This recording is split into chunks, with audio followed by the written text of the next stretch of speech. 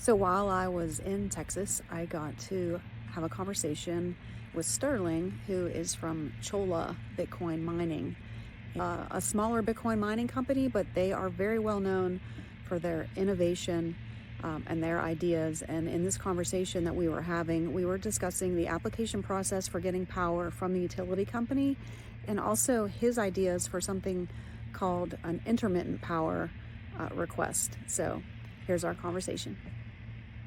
Permit and take it to the ERCOT board and say, we want to bring this load online, and ERCOT's going to tell them, you have to figure out how this is going to affect your surrounding network. And so those studies, like I told you, take anywhere from 9 to 5 years, and most of that's due to the backlog of requests. So 5 years ago, you could put in for a 50 megawatt request, and it would take 3 to 6 months, and you would have a site online and ready to go. This is how all the Bitcoin miners got established before AI was the big play here in West Texas. There was abundant energy, a need for that energy to be used where it's produced, which is West Texas primarily for all of these renewables, which include solar and wind. And then we have a plethora of natural gas that goes underutilized out here. And so the Bitcoin miners were helping financialize those assets.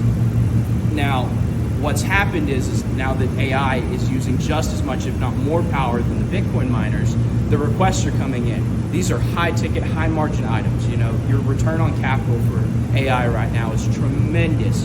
And so everybody that has available capital wants to get in on the venture. So you put in a request, hey, I want 50, 100 megawatts here. Oh, I want it over here. Well, I want it over here. Okay. These studies coalesce and they affect each other. So now we can't just approve this one, because now we have to figure out how this one and this one. Do you know, is it first in, first out? It is first in, first out, yes. Okay. So the reason that it's gone from up to 5 years is really because there's so many people now wanting power. Correct. And one of the largest concerns is how they studied these facilities. When we applied, we knew we were never going to run 24/7. It would not be profitable for us to run 24/7.